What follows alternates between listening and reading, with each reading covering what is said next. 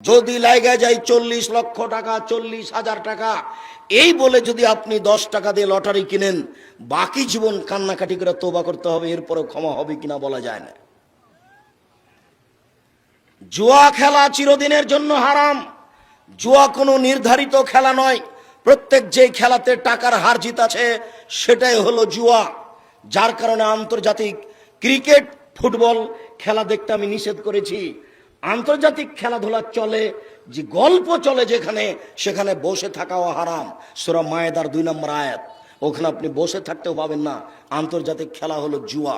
প্রত্যেক এটাই জুয়া যেটাতে টাকার হার জিত রয়েছে। শুনুন, দুনিয়াতে দুইটা কাজ আছে মানুষ না করেই পাপী। তার একটা হচ্ছে, কেউ যদি কাউকে বলে আসো জুয়া খেলি, খেলেইনি, খালি বলেছে আসো খেলি, তাহলে তাকে 10 জন ফকিরকে 100 কেজি করে চাউল দিতে হবে। অবাক পাপ। আরে খেলেইনি, খালি বলেছে আসো খেলি। হাদিস বুখারী মুসলিম, হাদিসটা 18 বার এসেছে বুখারীতে। আর একটা কোন মহিলা যদি সাজগোজ করে পুরুষের পাশ দিয়ে হাঁটে, তাহলে ও ব্যভিচারিণী, ও ব্যভিচারিণী।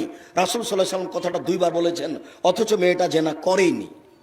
সাজগোজ করে পুরুষের পাশ দিয়ে গেছে, সেই জন্য আল্লাহ রাসূল বলছেন ও ব্যভিচারিণী, ও ব্যভিচারিণী, ও ব্যভিচারিণী। দুনিয়াতে দুইটা পাপ আছে মানুষ না করে এই পাপী। তার একটা হচ্ছে জুয়া খেলায় অংশগ্রহণ করা।